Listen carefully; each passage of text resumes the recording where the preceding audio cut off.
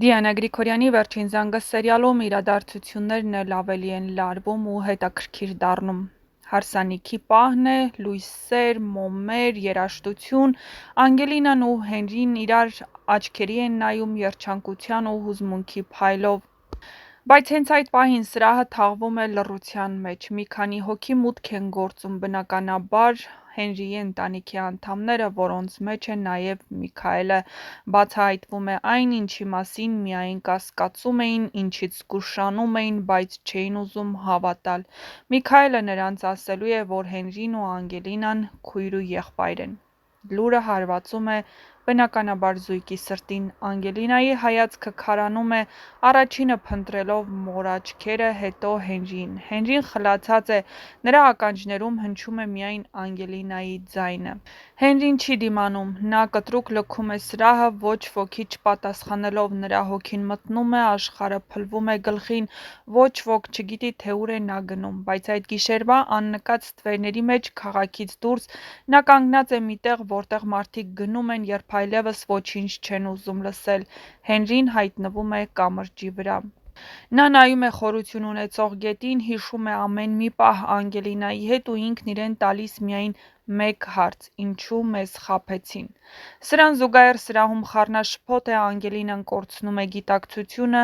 Աննան լուռ արտասվում է, չհամարձակվելով բացահայտել ճշմարտությունը։ Միքայելն առաջին անգամ զգում է, որ ստի շղթան կարող է նույնիսկ մարդ սպանել։ Վիկտորիան փորձում է հանգստացնել Անգելինային, բայց ինքը հուզմունքից հազիվ է խոսում։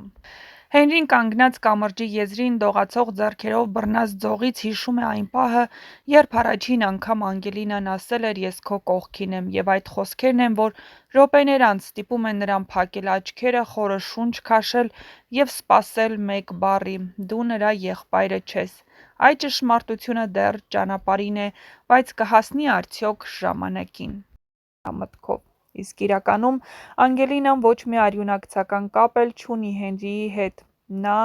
Աննայի ու Սոսի դուստրն է, ոչ թե Միքայելի ու Աննայի, բայց մինչ այս ճշմարտությունը բացահայտվի,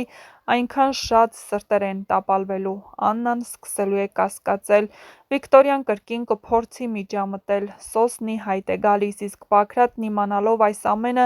փորձում է շահարկել իրավիճակն իր օգտին։ Հենրին իր ներսում կռիվ տալով ճշմարտության ու հուսահատության միջև, ի վերջո կհասկանա, որ միակ ճանապարհը ողջ մնալու, ճշմարտությունը բացահայտելն է, և եթե նա հասնի այն կետին, որտեղ հասկանա, որ Անգելինան իր քույրը չէ,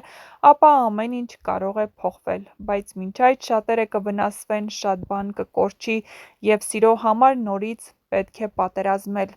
Իսկ մինչ կբացահայտվեն այս և այլ շատ հետաքրքիր ու ինտրիգային գաղտնիքներ, միացեք մեր էջին ու միասին բացահայտենք։ Չմոռանաք բաժանորդագրվել մեր ալիքին, որպեսզի տեղեկացված լինեք շոու բիզնեսյան անցուդարձի, նոր